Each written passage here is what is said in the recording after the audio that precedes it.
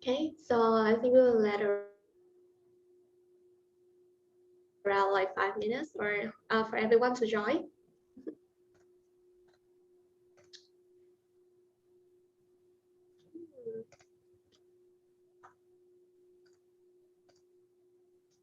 So everyone, in case that you have any questions for Mr. Paul here, you can leave it in the chat box or in the Q&A sections.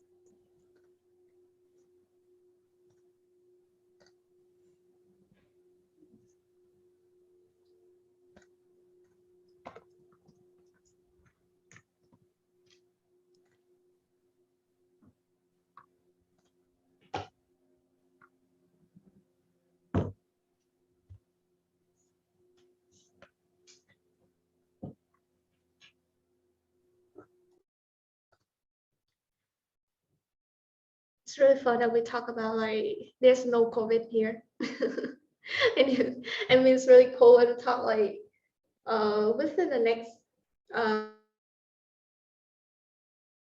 75 minutes, no COVID. Really optimistic in this room.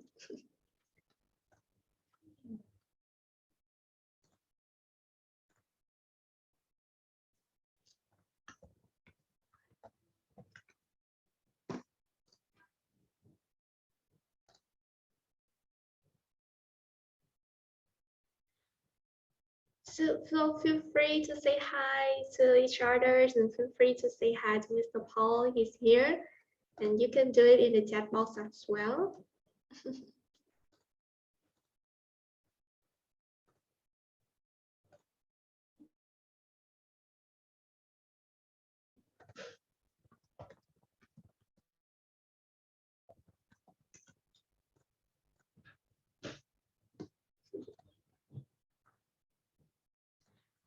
Morning.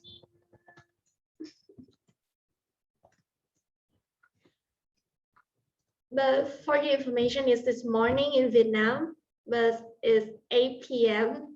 in Los Angeles right now.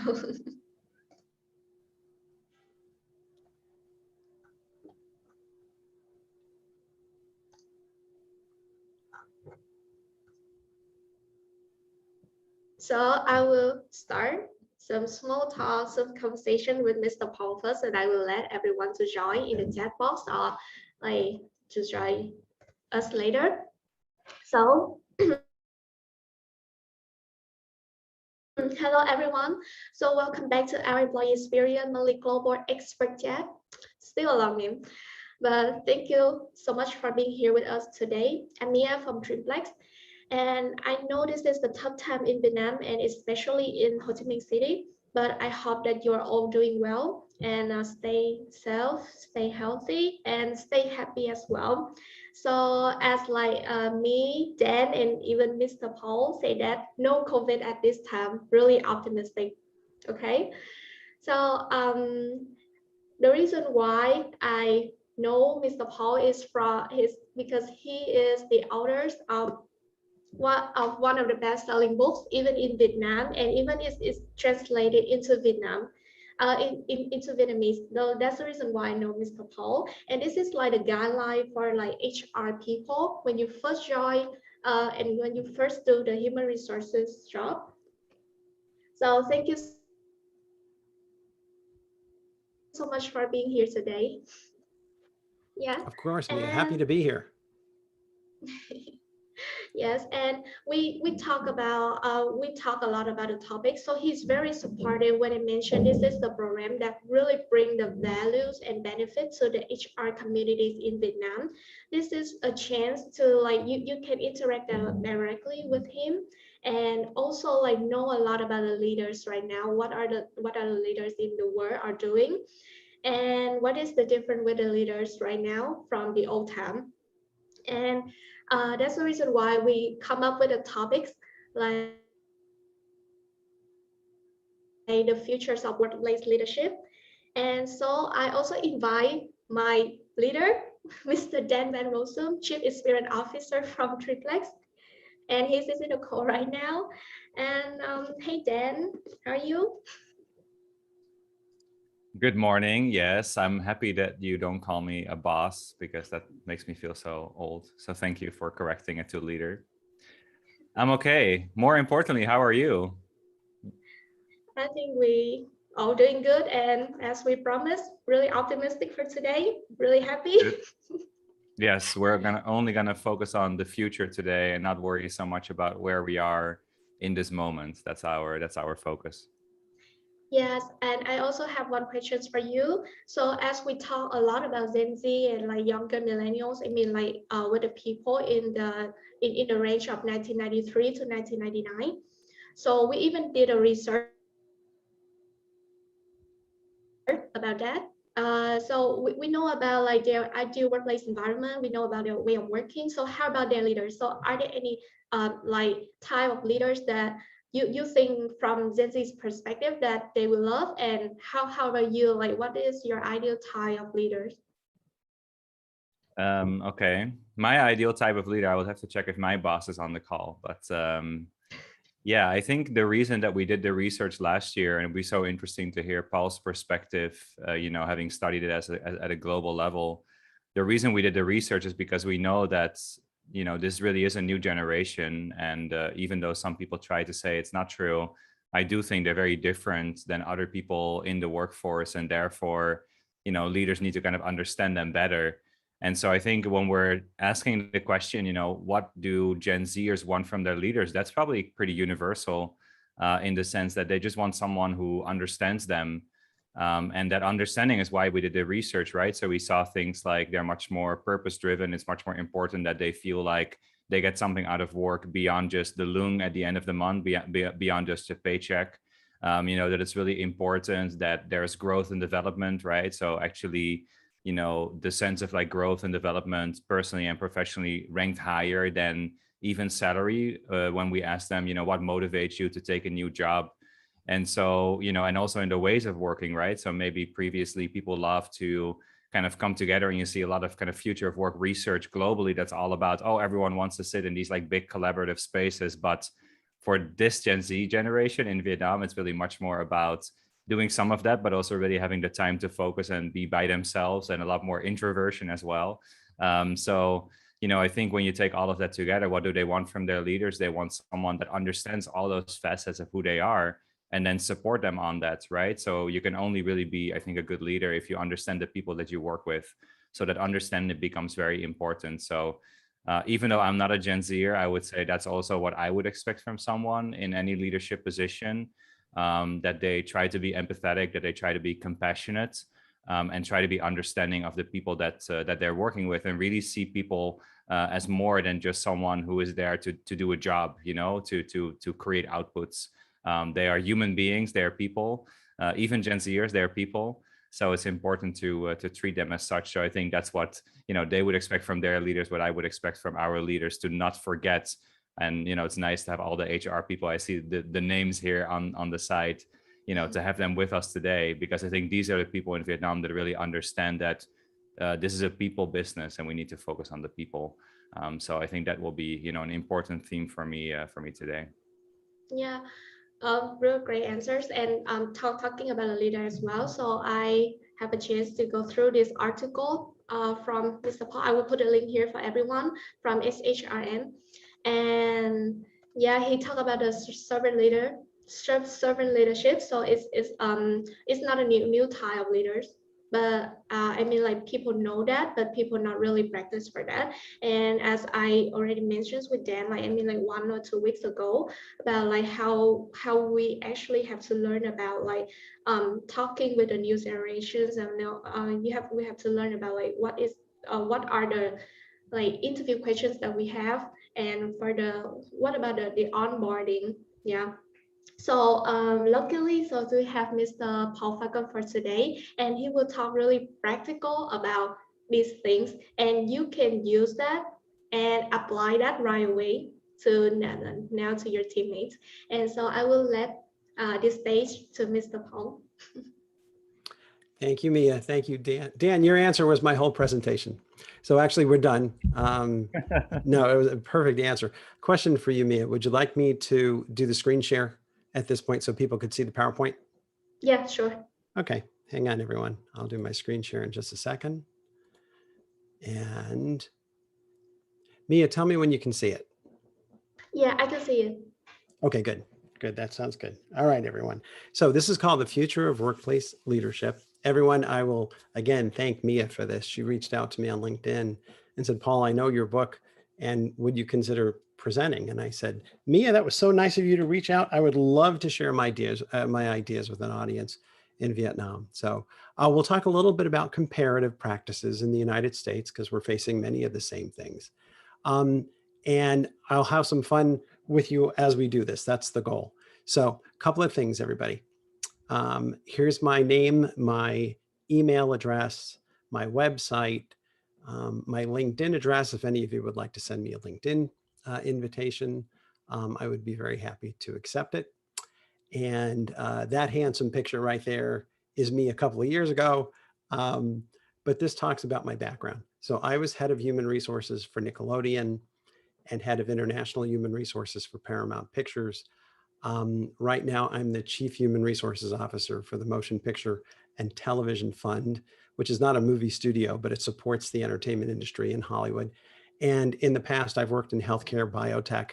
I've also worked in financial services. So I have a pretty varied background. I also write regularly for SHRM, the Society for Human Resource Management. I'm a columnist for them. I write fairly regularly. These are the books that are the ones I'm probably most known for. And towards the bottom, you'll see the 101 Tough Conversations to Have with Employees. That one is this one. So it was translated into Vietnamese. And Mia, so you know, I have a copy of the one on the left, but I've never seen the one on the right. So that's really cool.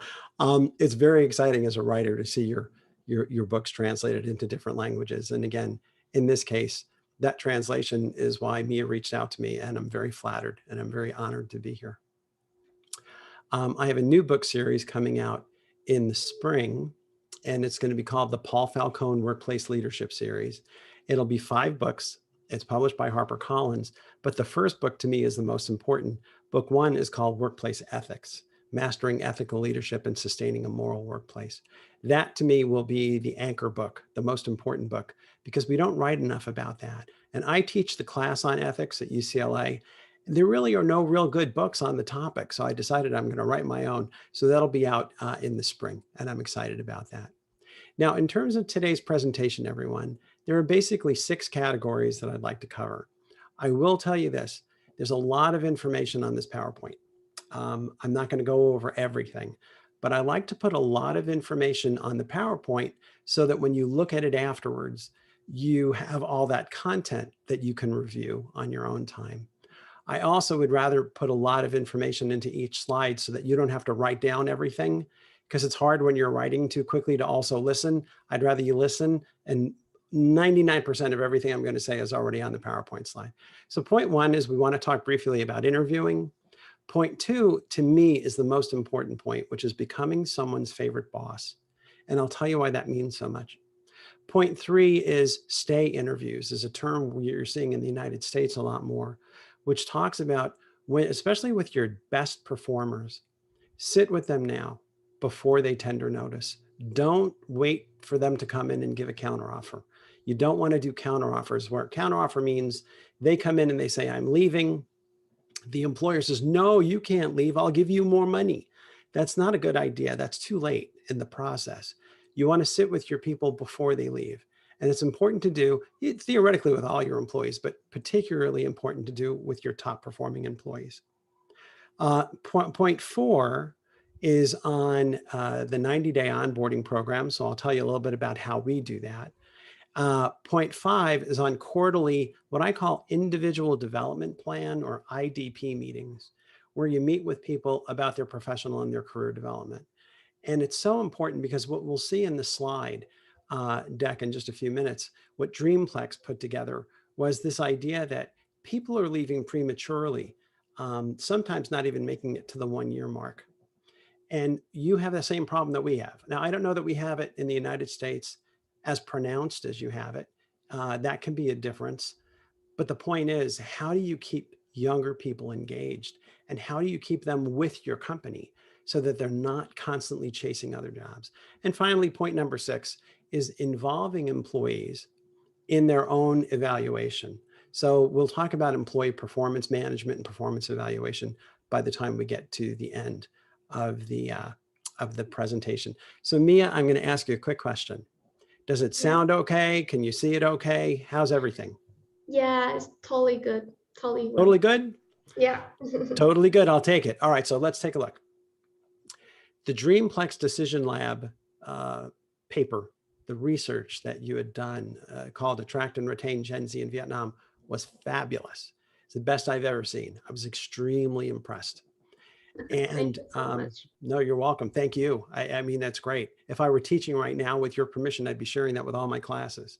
But basically, again, Gen Z, those born after 1997, so figure anywhere from 18 to 24, 25 years old, somewhere in that zone. Number 2, the most tech savvy group in history, socially connected, digitally driven. There's a desire for entrepreneurship and being a creator. In our country, we call it intrapreneur as opposed to entrepreneur. Everyone knows what the entrepreneur is. That's someone who enjoys starting their own businesses and learning things. But can you take that energy and turn it inwards so that people become an intrapreneur, meaning that they can find new ways of adding value in your own company? That actually leads itself beautifully to anything relating to creativity and innovation, but you have to know how to harness that. You have to know how to channel that. So we'll talk about that too. Now, we know that 63% of Gen Z dreams of being in a startup. 1 in 4 have already made their hobby into a side business. Again, very entrepreneurial. We know that learning skills and acquiring new knowledge is more important than salary and benefits. But look at the last 2 bullets. Only 8%, according to the study, only 8% of Gen Z prefers in-person communication with their coworkers. Instead, they prefer instant messaging. So I put there the words red flag. Red flag means that's a problem, that's a concern. So I just want you to think about that and hold it in your memory for a few minutes. Because the next point says 90% of Gen Z wants their manager's feedback weekly. And it said some even want it daily. And those 2 things do not equate. They do not connect. There's something that to me really stood out about that study, which could give us a key to how we want to approach this in terms of making things better in the workplace so that those in Gen Z will remain with your company for longer periods of time. Okay, so the challenge, retaining Gen Z talent when their tenure oftentimes is less than a year, sometimes 6 months, 9 months, 10 months, but then they're gone. That's a problem. We suffer from it here too in the United States. Number 2, designing a workplace experience that taps into the hearts and minds is a wise employer investment and initiative. So really, if you're a human resources practitioner and you're on this call, or if you're an operational manager, or you're a business owner, this is actually a very, very wise call for you to be listening in on, because it hopefully will give you some ideas for how to make the whole situation better at work. So let me go back to that, what I call the disconnect. In other words, this doesn't add up. This doesn't make sense.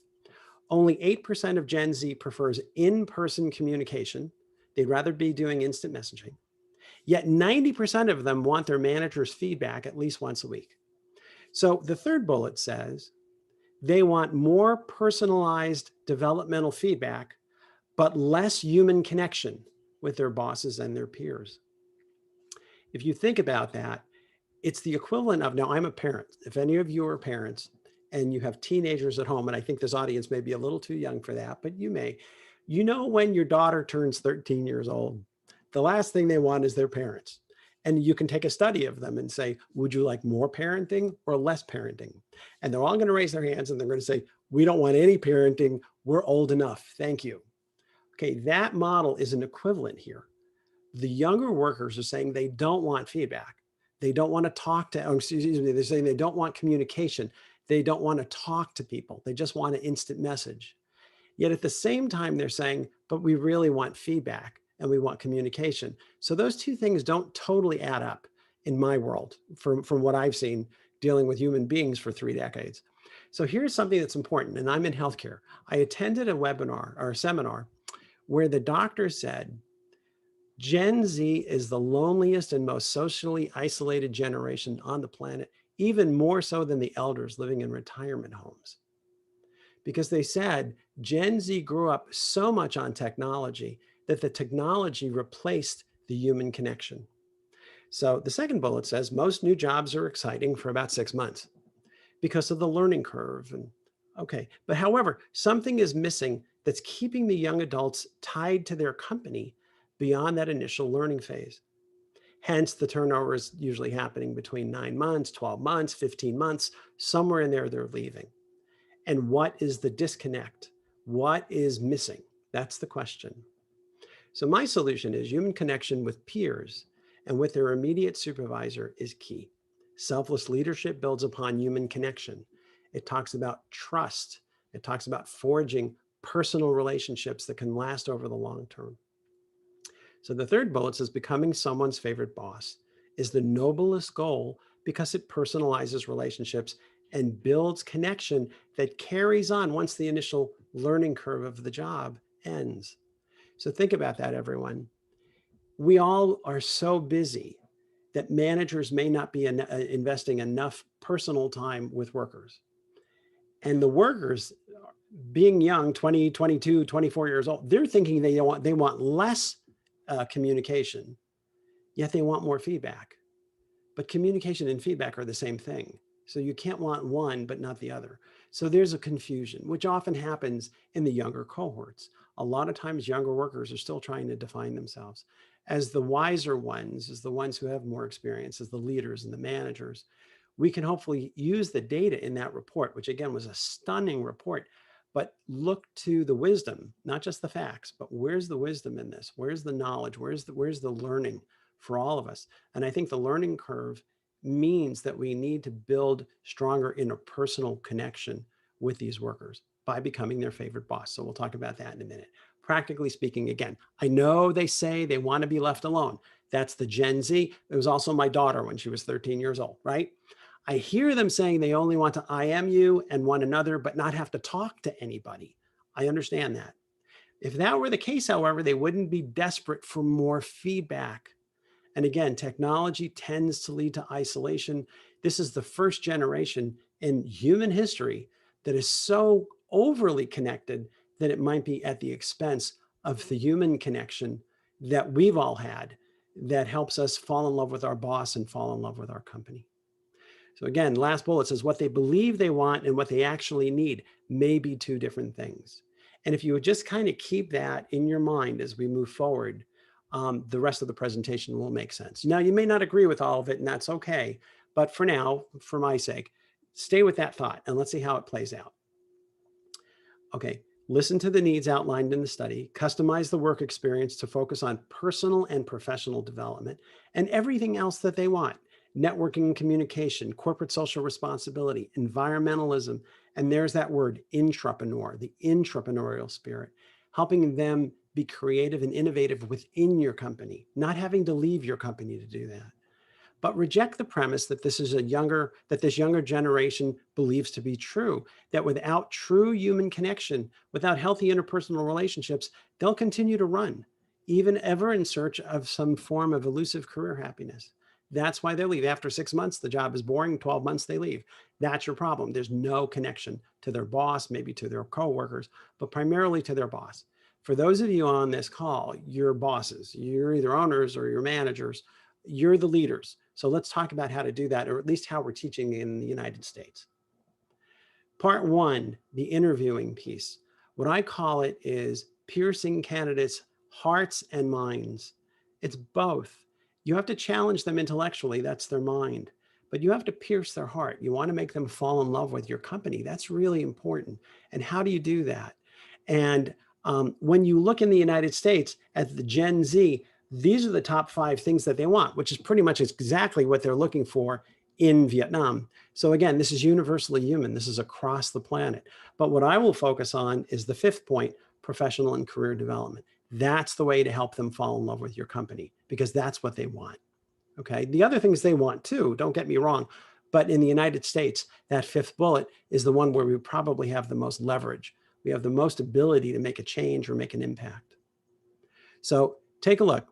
It starts at the interview stage. When I interview someone, The questions I ask are very selfless. I am interested in getting to know them. I want to know what their wants are. I want to know what their needs are. I want them to tell me, and hopefully they develop some level of trust with me, what's really important to them. So some of the questions that I ask, as an example, tell me what's important to you, Mia, at this point in your career. Dan, what are the 2 or 3 things that you're looking for in terms of your selecting your next company or your next position? What would have to change at your present company for you to consider remaining there? Why would accepting this position make sense for you at this point in your career in terms of serving as your next logical move in career progression? How would this position help you build your resume and LinkedIn profile if you were to get the job? And again, if you were to accept the position, how would you explain it to a prospective employer 3 to 5 years from now? Or 2 to 3 years from now, whatever. Do you understand the mindset? The mindset in the interview historically has been, I'm the company, you're the job candidate, tell me what you can do for me, period. That's it. It didn't go 2 ways. It wasn't the employer asking the candidate, but what can we do for you as well? And so especially when you ask that last question, if you were to accept this position, how would you explain it to a prospective employer 2 to 3 years from now? In other words, why would this job have made sense for you in your career? And the person will sit back and say, I've never been asked that question before. Well, the reason why I'd be really interested, and now they start telling you. And now it's like, oh, wow. What they walk away with is an experience where the person who is interviewing them, who doesn't even know them, is the first time they've ever met, was asking them questions about themselves and what are your needs and what are your professional development goals? And why would a job like this make sense for you in terms of building your LinkedIn profile? In the United States, up until a few years ago, you would never ask a candidate about their LinkedIn profile. That's not my business. That's up to the candidate to worry about. Now we become a coach, and the coaching starts before the relationship even begins. The coaching can begin at the interview stage before they're even hired. And the candidate walks away with a very strong impression. This is the first company I've gone to that was asking about me and what my needs are. And that's really cool. That's really nice. And if it comes down to 2 different jobs and which one do I accept? They're probably going to accept the one with the employer who really cared about them. That's just human nature. That's not Gen Z or anything else. That's just how people react. So think about that, everybody. Would 1 or 2 or 3 of these questions or similar questions make sense for you to add to the front of your interview so that you can get to know the people and hopefully they get more, there's a word in English, we call it vulnerable. Vulnerable in a healthy sense means they trust you and they'll share something with you, even if it's a little uncomfortable. So sometimes in an interview, someone says to me, well, you know, Paul, I normally don't say this in an interview, and as soon as they do that, I know they're being totally honest with me. That's healthy vulnerability. There's a trust there. They're willing to tell me something that they normally wouldn't tell someone else. And that's when I know I've made a strong connection with that person before we've even hired them. So let's look at some more things. If this was about really what do you do in the interview process, I want to talk about this idea of becoming someone's favorite boss. In the human resources world, we talk about employee engagement. We talk about employee satisfaction. We talk about productivity. We talk about all, motivation. What are all these things and these concepts? What do they boil down to? And if I can use one phrase or one construct that will help everyone keep it center in their mind, it's how do you become someone's favorite boss? Have you ever been someone's favorite boss? Do you want to become someone's favorite boss? And this is the ultimate in employee engagement. So here's how it works. If we were doing this live and we were in a workshop, we don't have the time to do that now, but I would say, okay, everyone, tell me about your favorite boss. What made that person your favorite boss? And someone raises their hand and they say, well, I had a boss who I adored. She always listened to me. She always made me feel special. She made me feel like my opinion mattered. Someone else raises his hand. He said, well, my favorite boss challenged me to do things I didn't even think I could do. I mean, he had more faith in me than I had in myself. Then another person raises their hand. And the bottom line is what you're realizing is when people talk about the best boss they've ever had, they're talking about what says rule, beingness trumps doingness. Beingness is who you are. Doingness is what you do. In our society, we're all scrambling to do. What are you doing to motivate your employees? What are you doing to hire more employees? What are you doing to get more productivity out of your employees? And that's the wrong question. The wrong question really is, who are you being in terms of attracting people, hiring people, and developing people? When I say, tell me about your favorite boss, you're not telling me what the boss did, you're telling me who the boss was. When you say someone trusted you and someone challenged you and someone, the expression we use in English, had your back. To have someone's back means that they don't have eyeballs on the back of their head, but they've got someone there in their corner who's looking out for them and will make sure that they don't get hurt. That's what it means to have someone's back. That is all a function of that boss's beingness. It's who the person is. It's their character. It's their caring. That's where supervisors need to focus, not on doing. We're all scrambling all over the place trying to do. The reality is just be a certain way. So let's take a look at the next slide. The next slide, when I'm coaching people, one of the coaches, as an executive coach, I will say, would you want to work for you? And the managers sometimes look at me and they're like, that's a really hard question. And it is, it's meant to be. It's a hard question. Be honest with me. Tell me about that. Would you want to work for you? And so that can beget some very healthy feedback.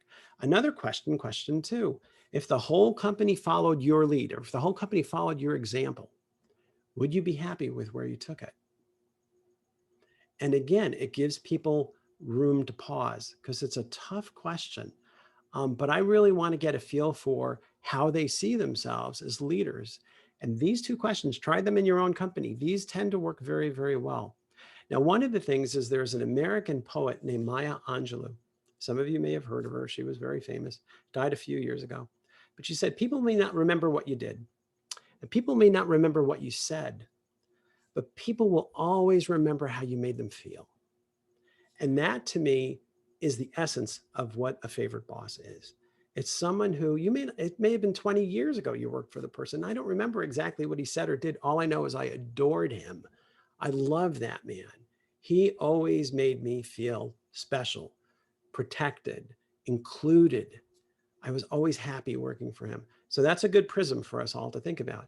Now, there's another American author. He's a spiritual author. Neil Donald Walsh is the author of a book called Conversations with God. And his theories were, make of your life a gift. What you want for yourself, give to another. Teach what you choose to learn. And when in doubt, err on the side of compassion. The last thought here, everybody, is one for the rest of this hour, is life begins at the end of your comfort zone. I'm going to tell you guys to try some things that may make you uncomfortable, but I want you to try them. Because again, you don't have to take down the whole house. Your house is fine, but you may want to change some of the bricks in the foundation, and do it slowly and do it at your comfort level, but try some of these ideas because they're universally human. These aren't specific to the United States or Vietnam or anywhere else, but just give that some thought. Okay. Part 3 talks about stay interviews. Remember we talked about that? The counteroffer is too late. That's when the person comes in and says, boss, I'm leaving in 2 weeks. And then the company scrambles. Oh, well, how much are they paying you? And are they giving you a promotion? Because we could do that if you stay here. Terrible idea. Terrible idea. Usually doesn't work. Maybe if the person stays, they stay for a couple of months and then they leave anyway. And it sends the wrong message to everybody else in the company. The message it sends is you have to leave. You have to quit to get anything in this company. So I tend not to recommend doing a counteroffer. There are ways and times when it can be done, but overall, I wouldn't recommend it. The facts, the upcoming turnover tsunami once the pandemic ends. This was an HR Magazine summer issue. They're calling it a turnover tsunami. There's so many people who are going to be leaving companies. They also have come up with a new word, a sansdemic, sans coming from the French, meaning without people or without qualified people. That's the new vocabulary word these days. And when you look at this, the stay interview is you go to your top performer and you meet with him and you say, Dan, here's the situation. I want to talk with you about your level of job satisfaction now. And I want to be totally honest and transparent. You make a difference around here. We really like the work you do. We see you having a very strong future in our organization. But I want to check with you. I want to ask you certain questions And I'm going to ask you to be as open and honest with me as you feel comfortable, but want to make sure that we're meeting your needs because you are doing a great job meeting ours. So let's talk about it. And then you have these series of questions, just as an example. Tell me about your overall job satisfaction. Oh, I'm fine. Okay, well, I'm glad. On a scale of 1 to 10, though, 10 being the highest, where would you where would you put yourself? Well, that's a good question, Paul. I 8, maybe 7 to an 8. Okay, why? Why are you an 8? Well, I'm an 8 because blah, blah, blah, blah, blah. Okay, what would make you a 10 at this point? Well, if I could see, and all of a sudden now they're telling you about where that gap is. And that's what the whole goal of the exercise is. There are other questions. Tell me about your ability to do your best work every day. How well is that happening? Tell me what's most important to you on the following scale. And this scale I've given out on a piece of paper, and I just give it to them. And there's 6 different criteria, and I walk them through it and I talk to them about it. Is it career progression? Do you want to assume broader responsibilities? Are you looking for new technical skills, training, certification? Do you want to become a stronger leader? Do you want work-life balance? Is it money or compensate? Where are you? But I want to talk to them about this because I want to know. Now, some employers will say, I don't want to know because if he asks for more money, that's not good. And I don't want to go down that road. I don't want to talk about that. The reality is, do it now, especially with your top performers. Don't wait till they give notice. That's the mistake that too many employers make. You know, the symbol of the monkey who's covering his ears and he's covering his eyes and he's covering his mouth. He doesn't want to know. That won't work. Not in today's environment. There's too much competition for talent. You have to get in there and talk. And I think that piece of it is very, very important. So let's talk about the onboarding. In the United States, we're not good at onboarding as a general rule. We tend to hire the people, which is great. And then on the first day of employment, they start with us. They fill out all their paperwork. And we're done. Off they go. And we never, as a company, whether it's the human resources department or it's the senior administration, we don't do follow-up. And the follow-up is really critical for 2 reasons. Number one, the check-in allows you to make sure you know what's going on with this person. But B, it sets up a quarterly, it sets up a rhythm of expectation of communication and feedback, because I'll show you in just a minute, that expectation will extend to their professional and their career development. So 90-day onboarding, you sit with them on day number 30, roughly, okay, about a month in, and you spend time with them. Now this can be their supervisor, this can be their department head, this can be human resources, this can be the owner, this can be whoever it is, but it's a chance to sit down and say, you've been here 30 days. Tell me how you're doing. Tell me what's going well, and tell me where we can give you additional help. Now, that means a lot to new hires. It's a quiet room. It's a quiet meeting. It's not going back and forth, running through the aisle of the, managers tell me, I know how he's doing. I work with him side by side every day. No. This is a different meeting. And especially when it starts to talk about professional and career development, which we'll get into by about day number 90. This is not a meeting that you have open in the floor. This is a quiet meeting behind closed doors. And that's how you talk about this. But these are some examples of questions. Have you faced any unforeseen surprises? What typically stands out in terms of capturing your first full month with us? How have you enjoyed it? What can I help you with? Okay, fair enough. It's a 15-minute meeting. It doesn't last long. But the fact that you took the time to listen means a lot to people. So again, it's a check-in, but it's also goodwill. Okay, now on day 60, it's a little different. Now they've been here for 2 months. The questions are a little deeper. They're a little more pointed. Look at the ones in red. Compare the organization to what we explained it would be like when you initially interviewed with us. Have you experienced any surprises or disappointments that you're comfortable sharing with me? I also ask, how have your relationships with your peers developed over the last 60 days? Have you been made to feel welcome? And do you think you've made others feel welcome in partnering with you and seeking out your advice? Now I'm going to get more into the human connection. I want to see, when you have a problem and you deal with your boss, how does it go? And who among your peers is stepping up to help you? Who's the person you come to rely on the most? These are the kinds of things that at day 60 really start to make a difference. Now, day 90 is a little different, and day 90 is a pivot. Day 90 is really critical. So again, day 90, the questions are, again, which coworkers have been most helpful since you arrived? The goal, pinpoint which employees can be influential in retaining new hires.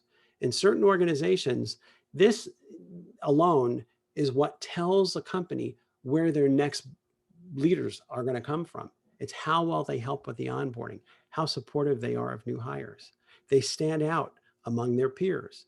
And this is a healthy thing for them, and it's good for the new hires. Some companies have what we call a buddy system or an ambassador system, where when a new hire starts, the new hire is paired with someone on the team who's more senior.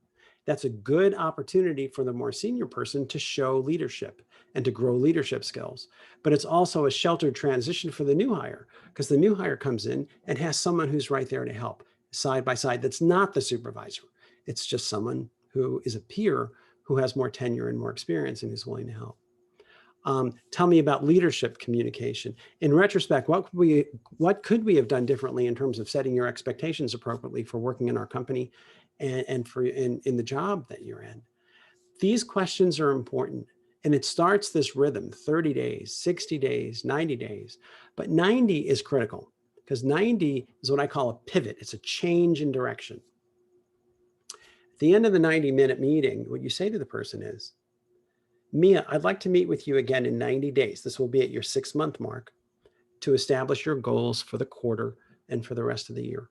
I'll expect you to schedule the time with me going forward on a quarterly basis to see how you're progressing towards your goals and how you're doing in terms of your professional and your career development. But you manage this process. You're in control. I'm here to help. I'm here to coach. I'm here to mentor. But it's your responsibility to prepare for this, to prepare the materials, and we'll discuss what you want, whether it's your goals or your professional development. It's our time to sit down and talk. But you have to set the time on my calendar. Treat them like adults. These are not children, and you don't have to hold their hands.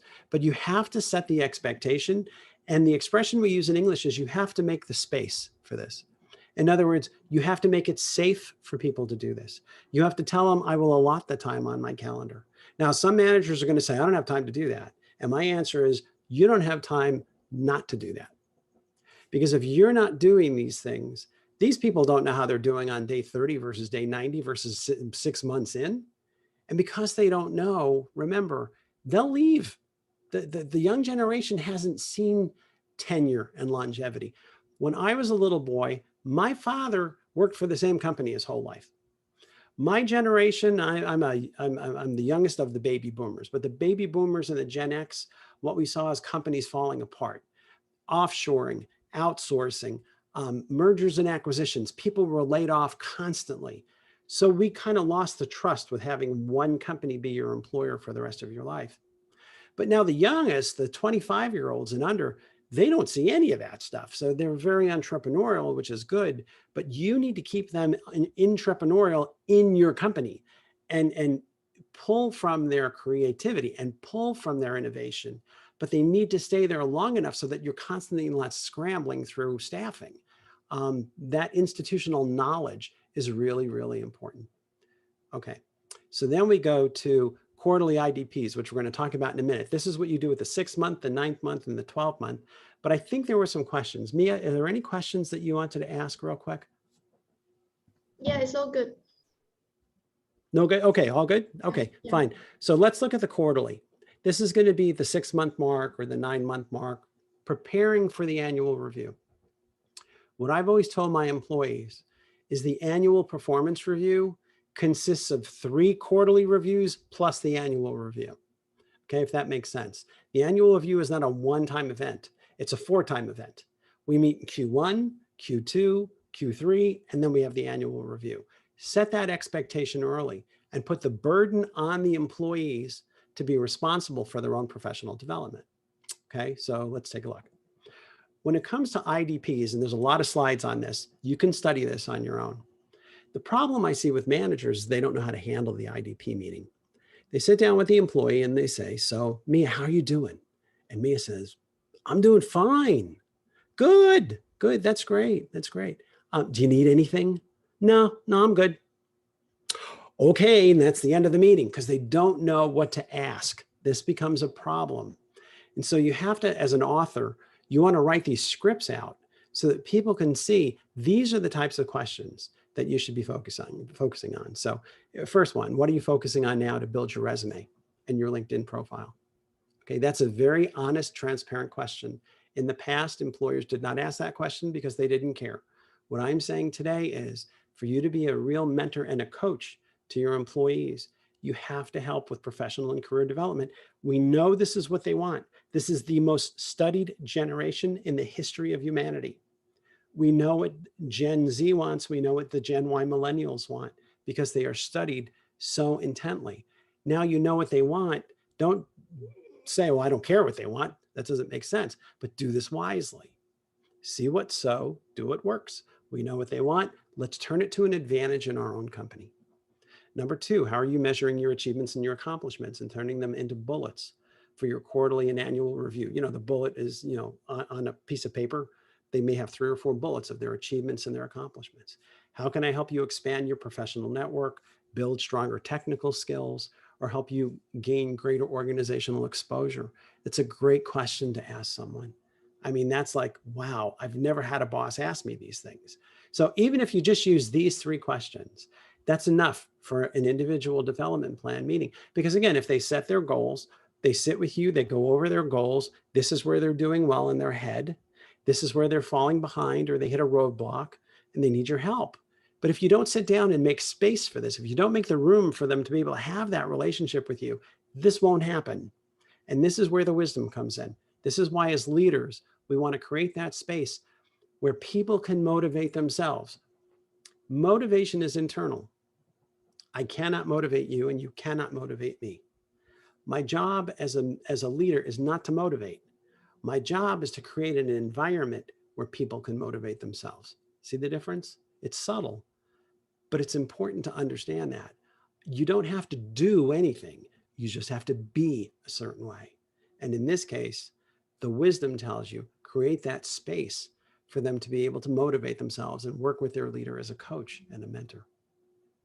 Okay, more questions. I've got a couple of slides, so we don't have to spend too much time on this. Look at the red one. How do you feel you're doing performance-wise? Do you feel you're doing your best work every day? What could we be doing differently to support you more? That's a very, very good question. And again, the green at the top, you know, what would you like to discuss today? Have you prepared anything you'd like me to review? Could be your resume, could be your productivity spreadsheets, your graphs, your charts, your tables. You know, people have different kinds of indicators of how they're performing. Ask them what they're preparing and what they want to talk about. Next, are you on target to meet your goals? The blue is important. What can we quantify in terms of increased revenue, decreased expenses, or saved time? Everyone, it depends on the level of people that you supervise.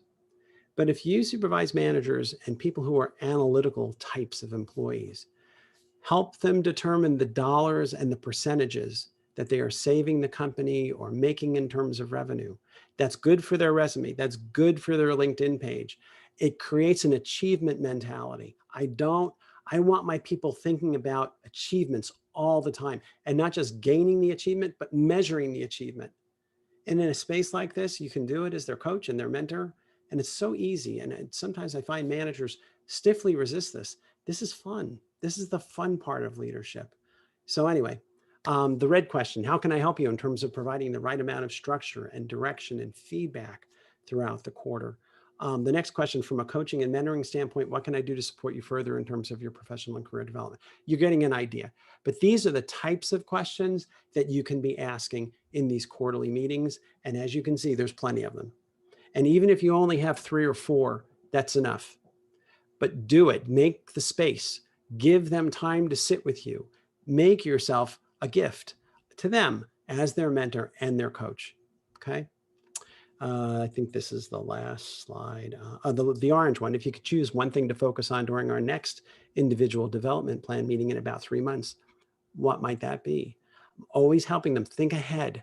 What should you're building on your goals. Now that you've achieved this, where do you want to go 3 months from now? What are you going to focus on once we get there? So that's kind of the mindset. Okay, now self-evaluations. When it comes time to annual performance reviews, employees in the United States hate them, but the managers hate them more. They're only done once a year. They're done on a piece of paper, maybe using a computer. But the bottom line is the employees feel judged. The managers feel uncomfortable. And that's because they do it as a once a year exercise. Many employers have said, we're not going to do performance reviews anymore. Instead, they're using apps.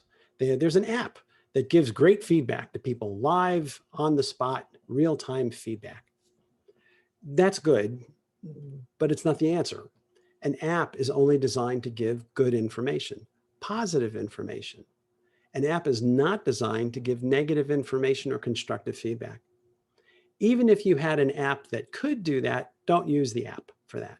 There are certain things that have to be done in person. You cannot delegate to an app to give negative information to other people. So understand that an app is fine for increasing employee recognition and that sort, and there's nothing wrong with that. That's good. But it doesn't replace the feedback from the immediate supervisor. The glue that binds someone to a company is their relationship with their boss. It always has been, it always will be. And as a manager, you cannot delegate that to an app. And as an employee, you're making a mistake if you're thinking that it's not important and that you'd rather just have an IDP from your manager, that you'd rather only do an IM, an instant message from your manager rather than talk to the person. There's an expression in English called open the spigot. It means when you turn the handle, all the water comes out. I'm all about that. I'm about relationships. And again, to the degree that you feel comfortable, that you feel like it would work in your company or in your culture, turn it up some. Okay, that's my best advice, because once they have more of a connection to their boss, they're not going to run. They won't run because they know they can't find that anywhere else. Now that they've been around 24 years old, they may have had 2 or 3 different jobs. They're running. What's going to stop them is the relationship with their boss. That's the wisdom. And if you can come from that wisdom, I think you can make a real big difference. The self-evaluation is very simply 3 questions. When the employee is working with me throughout the year at the quarterly meetings, they're working towards the annual review. When they do the annual review, I want them to do their own first. I want them to present this to me. And that's a separate meeting. And then this is a 15-minute meeting. And then when we meet for the performance review, that takes usually a half hour to 1 hour, depending. But I want the employee to have the first word. The first question of the 3 is this: address your overall performance track record for this review period. Highlight your achievements that have resulted in increased revenue and decreased expenses and saved time. Again, achievement mentality. Why is our organization a better place for your having worked here? How have you had to reinvent the job in light of our department's changing needs? Have you had an opportunity to offer creative and innovative suggestions and programs that can promote our organization? How would you grade yourself in terms of your work quality, your reliability, your production, your teamwork, your technical skills? Whatever you want to do, basically, the first question is all about self-assessment. I want to know how they feel they're doing and they're performing. And if you've set this up the right way at the quarterly meetings, this will be very, very easy at the annual review. Now, question 2, in what areas do you need additional support, structure, and direction? Specifically, where can I, as your supervisor, provide you with additional support in terms of your personal and career or professional development? Whether that means acquiring new skills, strengthening overall performance in certain areas, preparing for your next move in career progression, what can I do to help? And again, that is selfless leadership in action. That is where you're basically telling your employees, I want for you what you want for you. Not, I want for you what I want for me through you. There's a difference. You're there. It's a selfless leadership. You're putting the other person's needs first. But you think about it, if you were on the receiving end of a boss who did that, wouldn't it make you feel more loyal? Wouldn't you feel more trust towards that person? Would you be in a rush to go somewhere else for a 15 or 20% increase in your salary? Not necessarily. The money is nice, but at some point, I want to work for someone who's helping me grow in my career. And that's not outside the realm of possible. It's actually fairly easy to do if you're using the right expressions. And you, again, as I say, make room for it. You have to allow the employees to have time to do that. The third question, what are your goals for the next year? And what are the measurable outcomes? So we'll know you'll have reached those goals. Every self-assessment basically asks these 3 questions in one form or another. These are healthy questions, but it shows respect to the employee, because it allows the employee to give feedback, to share insights, and to motivate themselves. That's what this is about. Remember, motivation is internal. Your job is to create an environment where people can motivate themselves. This is one way to do it. Those quarterly review meetings, that's one way to do it. The extended onboarding program, that's one way to do it. By asking the right questions in the interview process so that they understand what your values are in terms of professional and career development. Again, that's the right way to do these things. Okay, good, we're almost done. The end goal, self-motivation. All motivation is internal. It's not your job to motivate others. However, you are responsible for creating an environment in which people can motivate themselves. Okay, we talked about that. Second issue, accountability. Treat people like adults. Shift the responsibility for career and professional development back to your employees where it rightfully belongs, but make space for it in your day-to-day leadership activities. So my point is, if you're saying to them, I want to meet with you once a month, once a quarter from this point forward, but it's your job to set the time on my calendar. It's your job to prepare the agenda for the meeting. It's your job to prepare the materials that show me how you're doing towards meeting your goals. And you're more than welcome to bring along your resume. We can look at your LinkedIn profile together, whatever you want to do, but you are in charge. That's holding people accountable, and that's treating them like adults. The final bullet there says gratitude. Always come from thankfulness and appreciation. I talk about that with my own children a lot. Life is how you choose to experience it. It really is. The opposite of gratitude and thankfulness is not enoughness. There's just not enough. There's not enough time. There's not enough money. There's not enough support. There's not enough love. There's not enough. The wisdom, again, everyone, is us being able to pass the knowledge on to the younger generation so that they know what's important in terms of what they value. And I think that's what makes someone your favorite boss. It's like the person passed along their wisdom. Come from gratitude. What are we thankful for today? Just working for this company, we should all be thankful for, But what is it in your life that you're thankful for? These are the kinds of things that, again, as leaders, again, we're not holding their hands. I'm treating them like adults, but I want to experience work a certain way as an adult. I've been doing this stuff for over 30 years. I want to have fun. I want to laugh. I want people to get along, and I don't want drama. Drama being the English word for headaches, problems, complaints, and everything. I don't like that. That's why I wrote all the books. Cut down on the drama. I don't want drama. But in my own workplace, I don't want it either.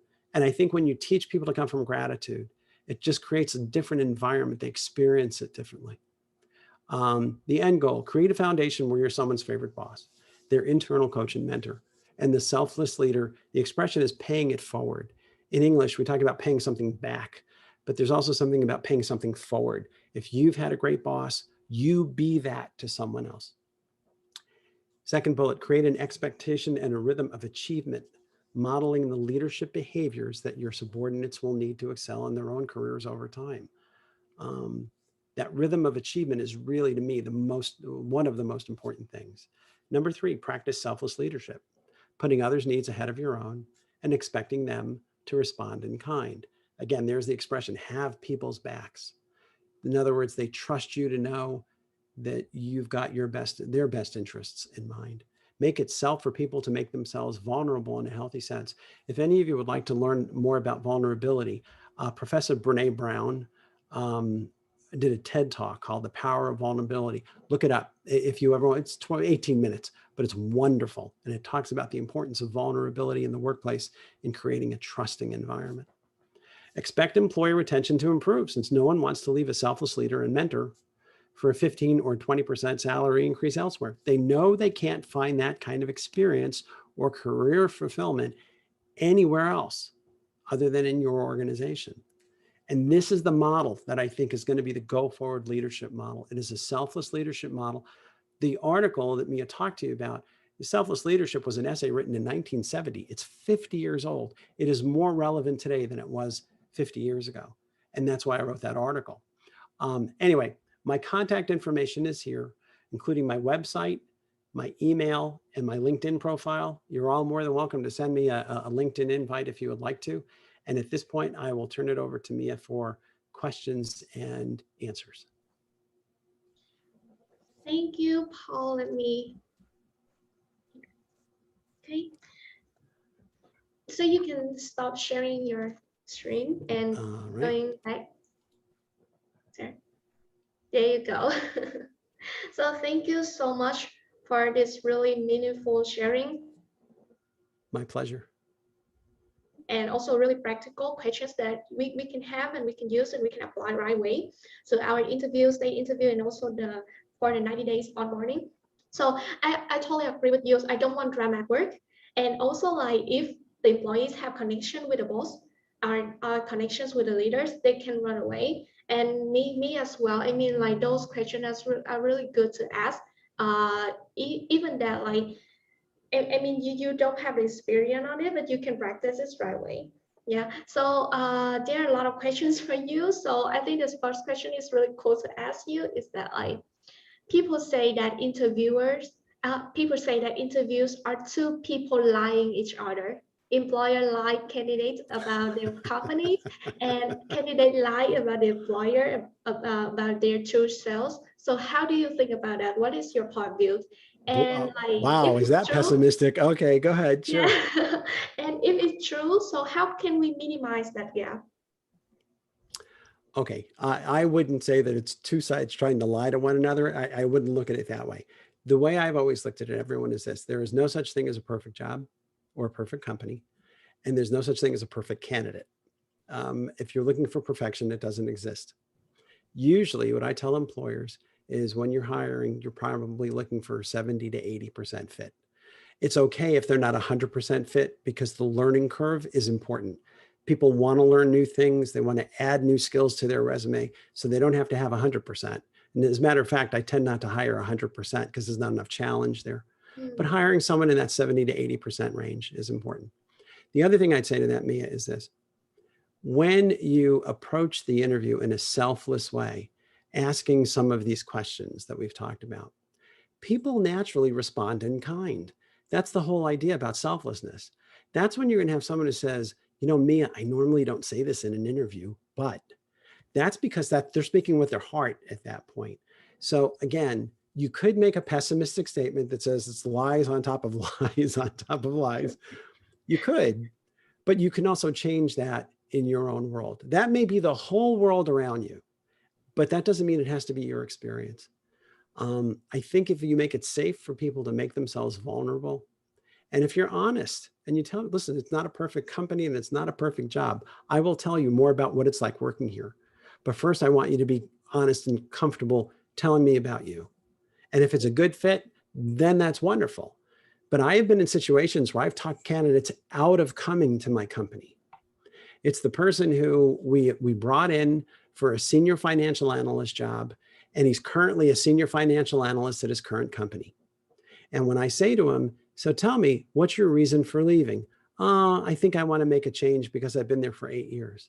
And I say, well, what happens if you stay in your current company? What's going to happen? Well, my boss is going to retire next month. Yeah. And well, there's a chance I would get the job. Then why are you here? Well, you know, and then I'll tell them, stay with your company. I don't mind being that coach.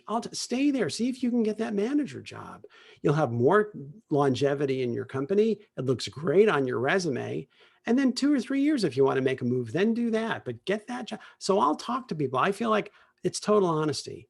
And you get so much more out of people when you're that way. So again, I don't want to sound naive, Mia. Not everyone is going to look at the world the way I do, but I choose to experience the way I do. And I've had very little turnover on my teams throughout my career. I've had almost no turnover. They don't leave. Sometimes I wish they would. They don't go. There's a reason Wow. why, though. And I think if they like working for their boss and they trust their boss, it just makes life that much easier for everybody. Oh my God, I mean, this is a dream for the human resources department as well as the companies that you beg people to live, but they not live, and the turnover rate is really low. I mean, this is kind of a dream. Uh-huh.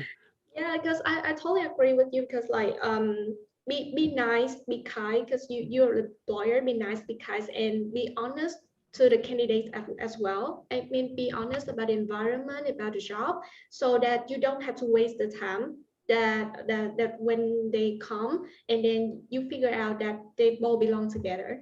Yeah, Right. this is a waste of time. So be nice, be kind, and like be honest as much as you can about the job, and not really pessimistic, but really honest, just honest, like Hmm. right. Right. Yeah. So another question is like there are many great questions highlighted to provide insights. So what is your favorite questions to ask to ensure that you can be your team members' favorite managers? This is a question from Mr. Tai. Yeah, that's an excellent Nice. question. Again, I've used it several times in the presentation, and I'll usually tell them, what can I do to help in terms of your professional and your career development? Now, you can say that in whatever terms you're comfortable with. But remember when we saw the slide that said, here's what they're looking for in the United States, here are the top 5. And we said that's actually very close to what they were looking for in Vietnam. And the logic is because it's universal. It's not that much different. I mean, we're different people, and I understand that, but people are people. I've worked in different industries and different sizes of companies in different parts of the country, and I've done international too. People are people. And when a manager can say that sincerely, what can I do to help? Tell me how I can, it changes relationships because it's so selfless and it's so caring. And the best way I explain it is, if your boss, now I'm talking to you as leaders, everybody if your boss said that to you, would you feel like that's a really nice thing to say? I really appreciate it. Or would you say my boss is an idiot? I mean, you're not. You're going to say that was really nice. He was sincere. He wants to help me. And as soon as you feel that someone wants to help you, either your mind thinks, well, he's vulnerable, so I'm going to go after him in a negative way, or your mind says, that's nice that he wanted to do that. I appreciate that he asked, and I'll think about it. But I do think it was a nice thing to do. Most people are good people in their hearts. They'll take that kind of change very quickly, very quickly. And all of a sudden, you can change your leadership style immediately. That's the fun thing about leadership. It's your ecosystem. This is your world. Now, I've had managers who say, oh, but on top of me, the CEO yells and screams and curses, and you expect me to be nice to my employees? And my answer is yes. It has nothing to do with what's going on over your head, and don't use that as an excuse. If you think now you can go and yell and scream and curse at your employees because your CEO boss is doing that to you, you're wrong. And by the way, you're going to get in trouble. The CEO does not get in trouble because the CEO is a CEO. But if you do that behavior, you're going to be in trouble. So don't make excuses. You experience the leadership ecosystem that you want to put in place at any time in your career, not just where you are right now, at any time in your career. You build your team, you build your department, you build your division. And if you become a CEO, you build your company the way you want to experience it. That's the fun part of the whole thing. Yeah, great. Because like the questions, what can I do for helping you? I receive a lot from them. So this is really great. And this is a really great questions in the for the stay interview. But there is another like perspective I received. This is like the really cool questions like to talk about. The questions, what can I do for helping you? So most of the time, the coaching, mentoring questions like how are you going, what makes you feel good or bad, or prevent you from performing your tasks are good. So these questions that we talk about in the stay interview. So, but sometimes I feel like it's a burden to answer those as I'm kind of rearranging all my emotions and feelings. So then what should I do in those modeling situations? And should I just refuse talking to my leader? Good question, Mia. Mia, you always have good questions. Whoever asked that question is a good question. So there's an expression that I use, that I believe in evolution, not revolution. And revolution means everything has to change. Starting tomorrow, everything changes. I don't believe in that. It takes time for a company culture to develop. Even when coworkers are not getting along, it can take a long time for that to happen, to get to the point where they don't talk to each other anymore. And it's going to take some time to get back to the point where they can trust each other, or at least talk to each other in a humane and civil way. Evolution makes more sense to me. Evolution says that you can't change everything all at once, because even if you did, people would think it's insincere. The reality is, like I say, you don't need to change the whole house. Just look at some of the bricks in the foundation and swap out some of those bricks. And some of the activities that we talked about here, you can use in different scenarios. But one of the things I will talk to managers about is you can sit with your team. If you want to go the route of revolution, you can sit with your team and say, hey, everyone, I want to try something brand new. And that's okay. It's just not my style. I'm not someone who sits in front of people and says, we've been working together for 10 years, but starting today, I want to do something totally different. I think they need to see it more than hear it, if that makes sense. Demonstrate it, be the role model, and it will naturally take on its own form over time. So yes, you can talk about it, and talking about things is important, but they have to see that you live it, that you live those values more so than just talk about them. Yeah, and it looks like this is a good discussion that Dan is asking, like, can I have a question? Okay, Dan, your turn. Okay. Well, first of all, I know we're already a little bit into the Q&A, but Paul, thank you for all your sharing. I think that was really, really valuable for everyone here. And I can say, seeing the kind of questions that are coming in, it's clear that it's triggered a lot of thoughts from people.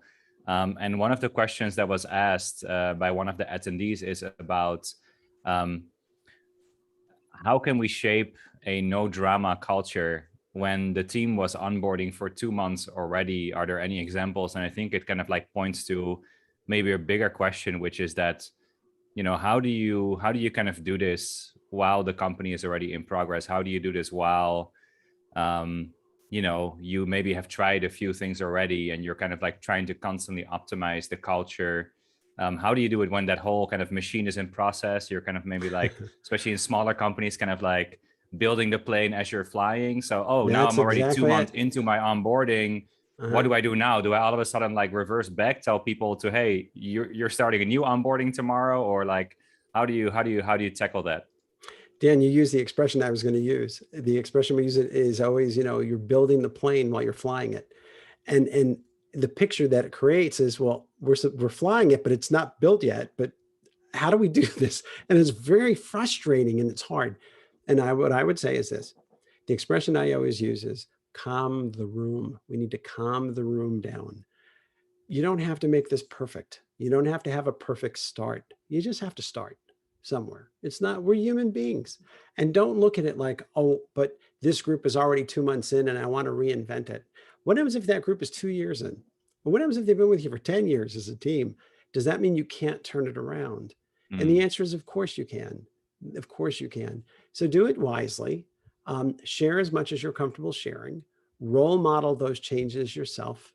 Focus more on doing this rather than, or excuse me, focus more on beingness than on doing this. I do really mean that, you guys. I think that is the biggest problem on the globe right now, is people are running to do things, when the reality is to become someone's favorite boss.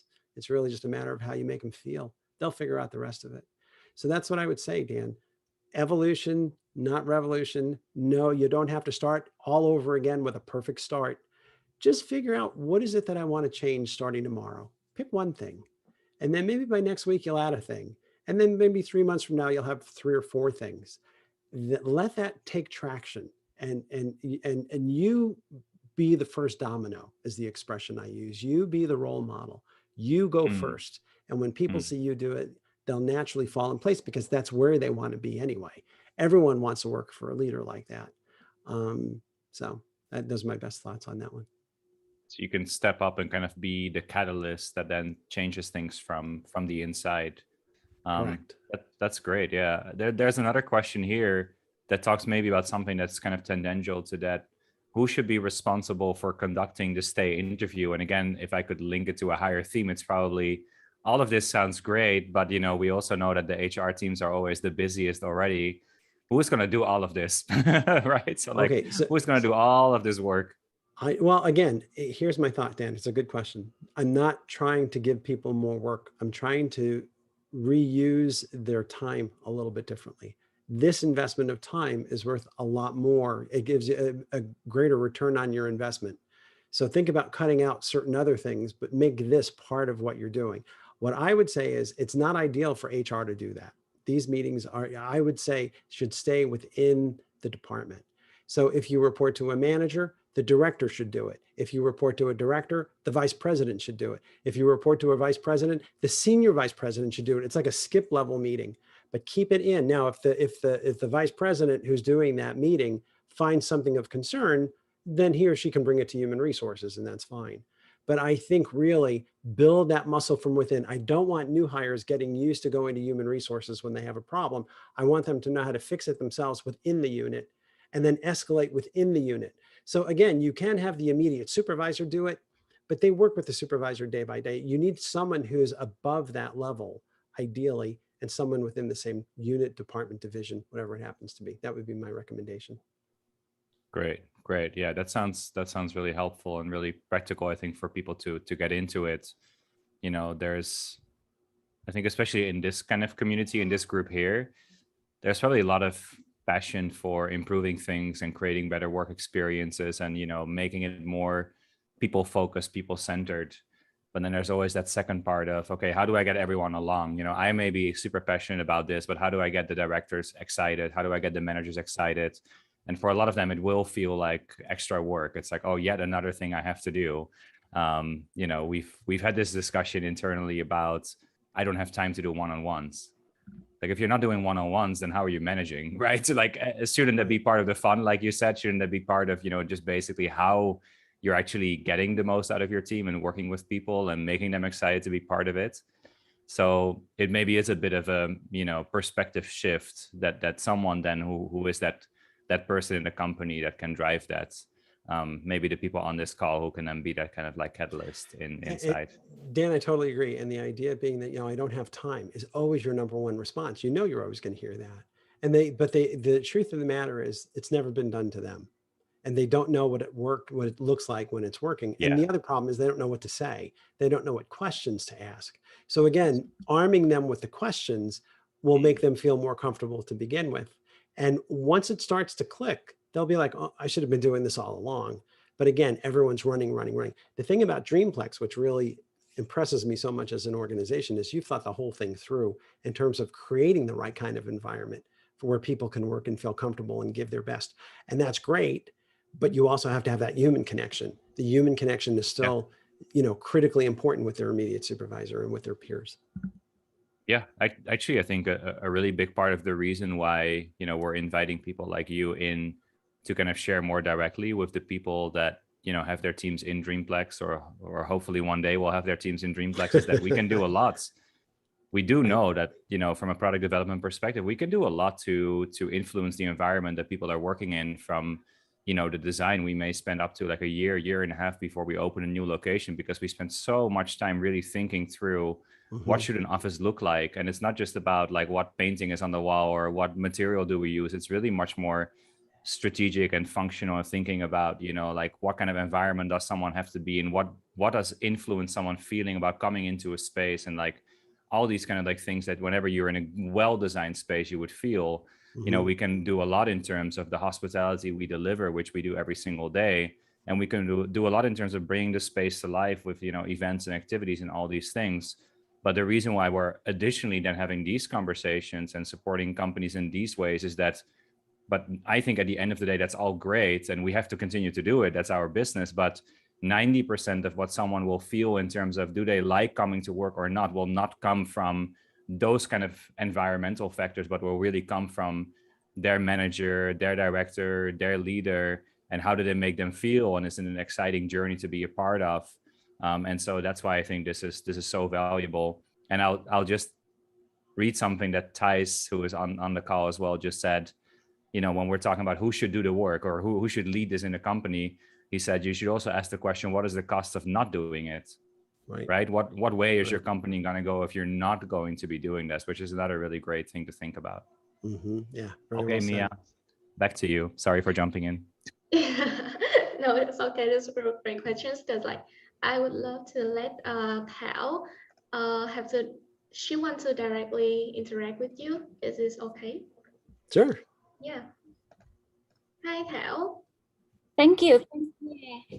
Thanks, Mia, for inviting me. And well, yeah, I feel alive now because I want to interact and ask questions straight away directly with Paul.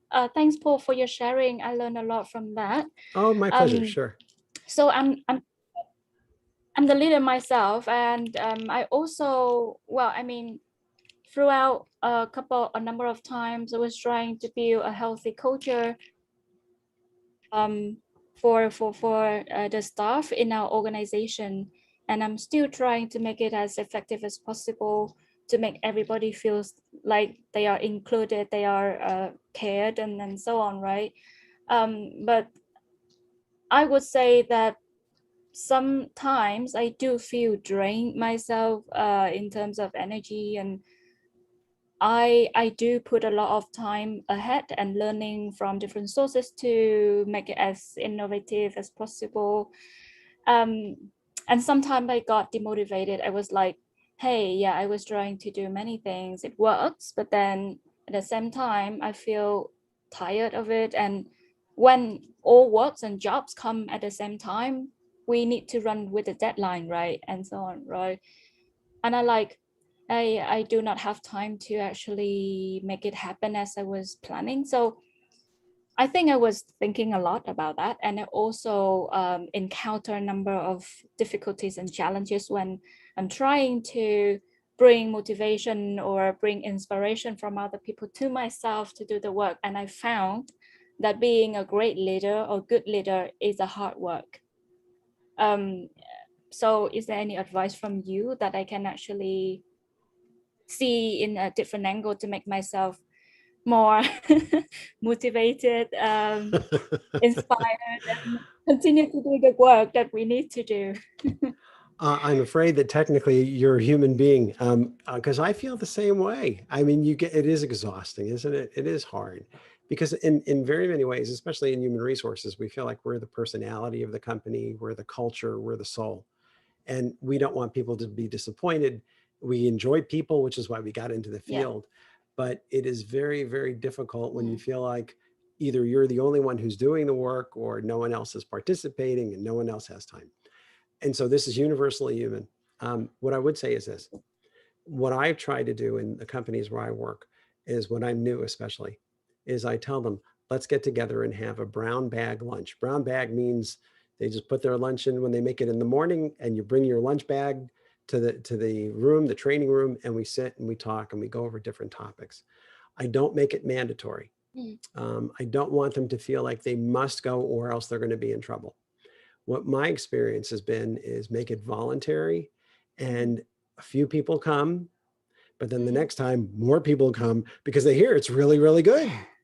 And then they want to come for the advice and they want to come for the guidance.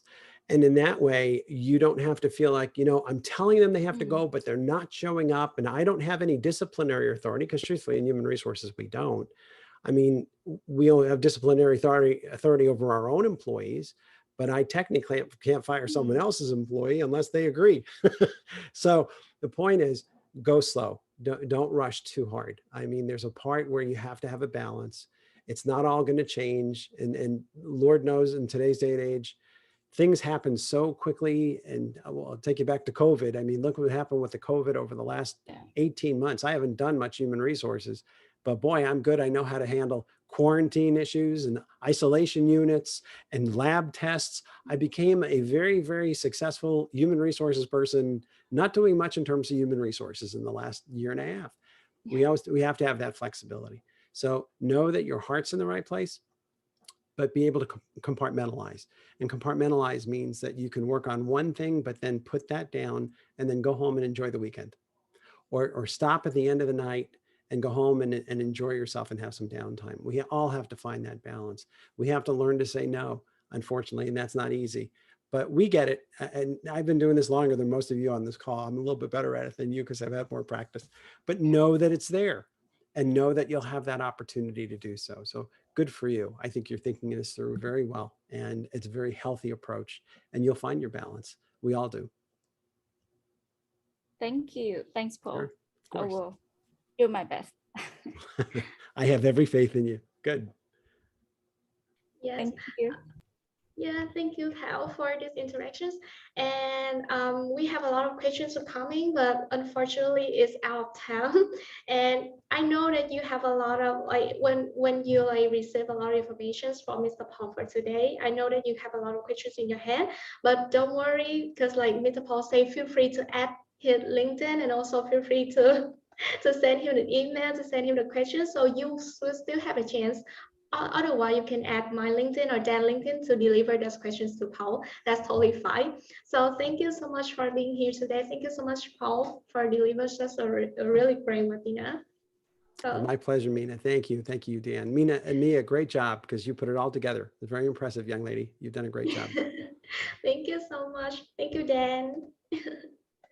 Thanks, everyone. Thank you, Paul, for your time. Thanks, everyone, for joining. And yeah, especially in this time, let's all fight together and let's also all support together as a community.